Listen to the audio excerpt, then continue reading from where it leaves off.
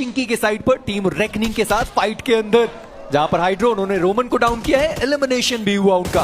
बाकी प्लेयर्स भी आ चुके हैं लेकिन रनिंग व्हीकल से गिराने में कामयाब हो गए हाइड्रो। एक बहुत अच्छा अटैक इनके तरफ से जरूरी था, क्योंकि अगर रेकनिंग इस तरीके से आगे बढ़ते चले जाते तो फिर दिक्कतों का विषय टीएजी के लिए भी बन सकता था। लेकिन 3 फिनिशर निकाले जा चुके था, जहां पर रैपिड कियोस चिकन डिनर उनको निकालना था, पर वो चिकन डिनर आया नहीं। पर वेंगॉड की टीम को आप देखिए कैसा घेराबंदी उन्होंने किया है। जॉनथन उन्होंने इन्फिनिटी को डाउन किया है और टीएजी अभी भी अपने 2 प्लेयर्स के साथ। जॉनथन उन्होंने फ्रैग कंफर्म किया और हर्ष उन्होंने एक और फ्रैग काइजर के रूप में कंफर्म किया। टीएजी तो यहाँ पे फंसे हुए थे, उनके पास वो नंबर्स नहीं थे, इसी की वजह से अपने रोटेशन को रोक के रखा गया। लेकिन उसके बाद ये ग्रेनेड जॉनथन प्रोबॉट को भी गिराने में हुए कामयाब।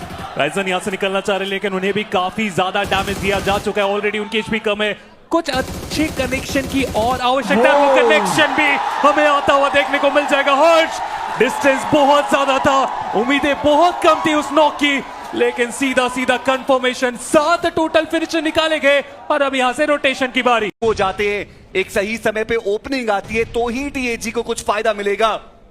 अनुज टूओपी अभी भी वो ग्रेनेड के साथ मौजूद और वो ग्रेनेड कनेक्शन बनाएगा। जॉनथन वो डाउन, हालांकि जॉनथन का ग्रेनेड भी कनेक्शन बनाएगा। अनुज टूओपी को डाउन किया। सिचुएशन एक बार फिर से even Steven, but white walkers वो प्रेशर ज्यादा क्रिएट करना चाहते हैं। जेली एक बार फिर से पलटवार किया उस खिलाड़ी ने।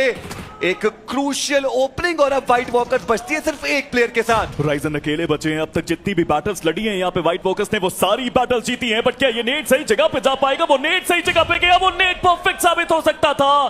हल्का सा दूर रह गया वो नेट, बट नेट्स उनकी तरफ भी आते हुए हाइड्रो विद अ बूम। शानदार एफर्ट टीएजी, नोवा फ्रैग निकाला उन्होंने। ये सिर्फ एक वापसी नहीं है, ये स्टेटमेंट है कि उन्होंने भी हार नहीं मानी है। लगातार मैचेस हैं। सेंट्रल एरिया पहले एक्वायर कर रखा है, उन्होंने एक नॉक तो निकाला बट वो अकेले यहाँ पे मौजूद है। बट उसके बावजूद जेली उन्होंने एक और नॉक निकाल दिया। एक क्लच उनको करके जाना पड़ेगा। बाकी के प्लेयर्स अभी भी जेली से काफी ज्यादा दूर मौजूद। जेली एक और नॉक। वॉट, ये किस किस्म का प्रदर्शन! आखिरी प्लेयर उनको भी स्पॉट किया जेली। वो फिनिश कंफर्मेशन आए जरूर है साइड लाइन से, बाकी के प्लेयर्स का भी साथ मिला, पर टीम राइजिंग वो तो समझ ही नहीं पाए कि उनके साथ आखिर हुआ क्या समापन इस मुकाबले में, और एक भी अंक वो लेके जा नहीं पाए। ये दिक्कतें उनकी बड़ी है। मात्र एक प्लेयर शयान जो अभी के लिए सरवाइव कर रहे हैं।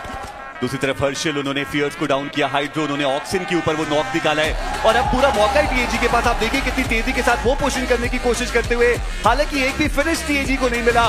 टीम मिथ के वो प्लेयर्स है जो वो फिनिश लेकर के गए। इसको क्लच करते हुए देखा शैडो उनके सामने एक 1v2 की सिचुएशन, एक प्लेयर को डाउन किया पर पलटवार वो भी यहाँ पर आएगा। साइडलाइन से भी वो शॉट आएंगे और अपोलो सही समय पे उनकी एंट्री होती है और अब एक 1v1 की सिचुएशन। जॉनथन ही हैज टू विन इट। एक 1v1 की फाइट के वो डाउन कर पाएंगे। जी हां, he delivered and he delivered big time. 5वां फिनिश जॉनथन के खाते में। TAG survives. सबसे जरूरी पल में सबसे इंपॉर्टेंट खिलाड़ी ने बेहतर एफर्ट दिखाया है और हमने बात करी ना कि इनका जिगर तो हमेशा से बेटर रहा है। वो पहला नॉक निकाला हर्ष के ऊपर। हाइड्रो भी वहां पे तैनात है और ये गलती साबित हुई डिवोटी की तरफ से। सीधा आगे चले गए, शायद इंफॉर्मेशन की थोड़ी कमी, बट हाइड्रो देखिए कहा गया है कि टीएजी को अगर कमबैक करना है तो हाइड्रो को चलना पड़ेगा। तो वो चार्ज करते हुए दिखाई देंगे, पर साई को वो फ्रैग्स कंफर्म करने के लिए प्लेयर आगे बढ़ा। वो एक प्लेयर को खत्म कर पाए पर दूसरे का फ्रैग नहीं मिला उनको। हमने जॉनथन JS9 का इस्तेमाल अभी तक जॉनथन ने बहुत शानदार तरीके से किया है। एक बफर से वो कनेक्शन बना और फ्लेक्स जॉट डाउन डेट्स यहाँ पे हुए हैं। वो JS9 का बहुत अच्छा इस्तेमाल कर रहे हैं और हर मैप पे एक्चुअली देखा जाए उसी SMG के साथ खेलते नजर आए। शुरुआत कमाल की 3 फ्रैग जॉनथन, हाइड्रो को भी 3 फ्रैग मिले।